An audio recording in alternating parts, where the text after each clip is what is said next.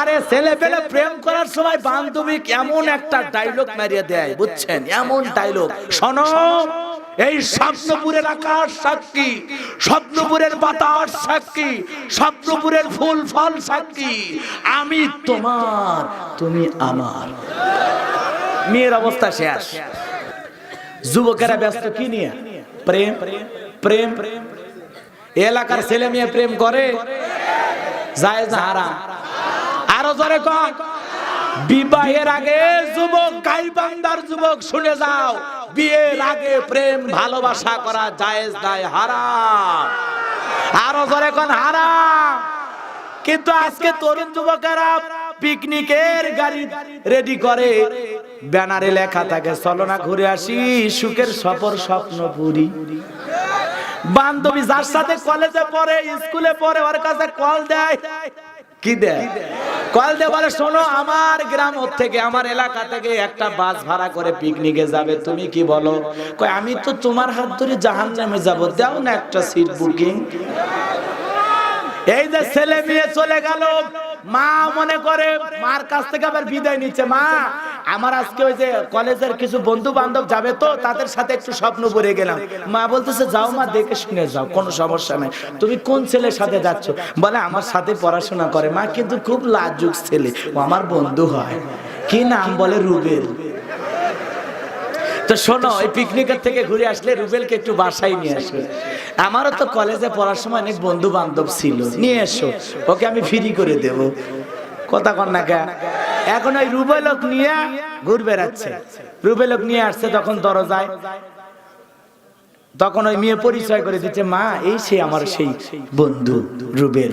তখন বলতেছে এই শোনো, তুমি নাকি শরম করো, তুমি এত লাজুক কেন? এই যুগের ছেলেরা এরকম শরম করলে চলে? কলেজে তো আমারও বন্ধু বান্ধব ছিল, একটু ফ্রি হতে পারো না? আমি তোমার আন্টি, আসো তোমরা ভিতরে বসে গল্প করো, আমি তোমাদের জন্য চা কফি দিচ্ছি। এখন ওই যুবক যুবতী ছেলে মেয়ে ঘরে বসে কি তাহাজ্জুদ পড়ছে, নফল পড়ছে। কথা কন না কে? কথা কন না কে? ওরা কিসের গল্প করবি রে? ওই যে চলে গেল স্বপ্নপুর, মা ছেড়ে দিল, বাবা ছেড়ে দিল, অভিভাবক সারা বন্ধুর হাত দিয়ে 16-18 বছর বয়সে, এই বয়সটাই তো ভালো না খারাপ?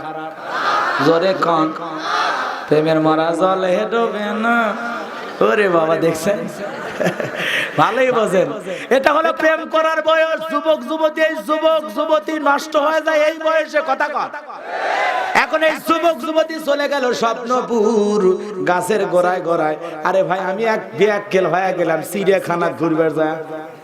চিড়িয়াখানা কি দেখতে যায় মানুষ কন তো? রাজশাহী চিড়িয়াখানা। আমার স্ত্রী বলতেছে চলো তো হুজুর, না আজকে চিড়িয়াখানা যায়। তাহলে চলো, ছেলে মেয়ে নিয়ে চিড়িয়াখানায় গেলাম। তাই বলে কি মনে করছেন আমার বোরকা ছাড়া নিয়ে গেছে? হাত মোজা, পাও মোজা, ঢিলা ঢালা বোরকা।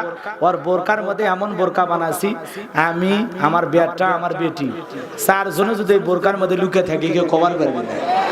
ঢিলা ঢালা বোরকা, ডিজিটাল বোরকা আমার বউক দেয়নি। রং ঢং টাইট ফিটিং, লেজ চুমকি ঝুমকি, হায় হায়, বোরকার মোশান দিকে মাথায় খারাপ। কথা কন না কে? আপনাদের এলাকা বসলে বোরকা নাই, মন খারাপ করছেন আপনারা, কষ্ট পাইতেছেন।